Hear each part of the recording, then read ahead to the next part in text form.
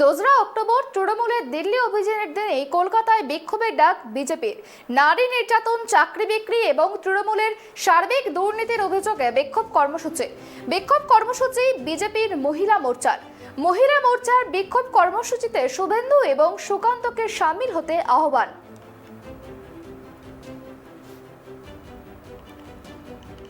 দোসরা অক্টোবর তৃণমূলের দিল্লি অভিযানের দিনে কলকাতায় বিক্ষোভের ডাক বিজেপির। নারী নির্যাতন, চাকরি বিক্রি এবং তৃণমূলের সার্বিক দুর্নীতির অভিযোগে বিক্ষোভ কর্মসূচি বিজেপির মহিলা মোর্চার বিক্ষোভ কর্মসূচিতে শুভেন্দু এবং সুকান্তকে সামিল হতে আহ্বান। দোসরা অক্টোবর বিজেপির মহিলা মোর্চার বিক্ষোভ কর্মসূচি। এই বিক্ষোভ কর্মসূচিতে সুকান্ত এবং শুভেন্দুকে উপস্থিত থাকার আহ্বান। এই বিষয় নিয়ে আমাদের সঙ্গে টেলিফোন লাইনে জুড়ে গিয়েছে আমার সহকর্মী সত্যজিৎ। যেটা জানতে চাইবো যে দোসরা অক্টোবর তৃণমূলের দিল্লি চলোর পাল্টা বিজেপি বিক্ষোভ, কেন এই বিক্ষোভ, কি জানা যাচ্ছে, কেন এই কর্মসূচি নিয়েছে বিজেপি? দেখো সুপর্ণা, বিজ্ঞানী স্যার আইজাক নিউটন তার তৃতীয় গতিসূত্র বলেছিলেন, প্রত্যেক ক্রিয়ারই সমান ও বিপরীতমুখী প্রতিক্রিয়া আছে। ঠিক যেমন ভাবে তৃণমূল কংগ্রেস তাদের কর্মসূচি ঘোষণা করেছিল, তৃণমূলের এই কর্মসূচি কিন্তু পূর্ব নির্ধারিত যে 2 অক্টোবর থেকে 5 তারিখ পর্যন্ত কেন্দ্রীয় বঞ্চনার বিরুদ্ধে তারা দিল্লিতে অবস্থান বিক্ষোভ করবেন। সেই অনুযায়ী তারা বিভিন্ন রকম কর্মসূচি নিয়েছে, কিন্তু সেই দিনটিতেই বিজেপি তাদের নতুন ভাবেই এই কর্মসূচি ঘোষণা করেছে বিক্ষোভে, যেখানে তারা হয়তো শিক্ষক নিয়োগ দুর্নীতি ইত্যাদি নিয়ে হয়তো মিছিলে শুভেন্দু সুকান্ত থাকতে পারেন। কিন্তু তৃণমূল কংগ্রেস কিন্তু তাদের এই কর্মসূচি বহুদিন থেকেই নিয়ে বসছিল। তুমি জানো, দিল্লিতে যাওয়ার জন্য কর্মী সমর্থকদের নিয়ে যাওয়ার জন্য ট্রেনের আবেদন করেছিল, সেই ট্রেন কিন্তু কেন্দ্রীয় সরকার বাতিল করে দেয়। এমনকি এর আগেও যখন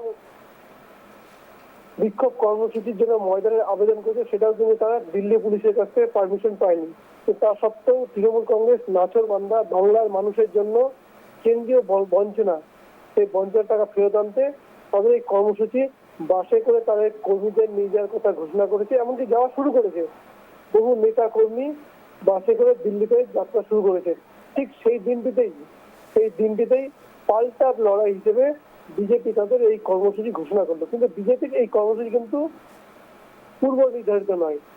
আজকেই তারা ঘোষণা করেছেন 2 অক্টোবর যেহেতু তৃণমূল কংগ্রেস দিল্লিতে কর্মসূচি নিচ্ছে, সেই দিনটি কলকাতায় তারা মিছিল করবেন।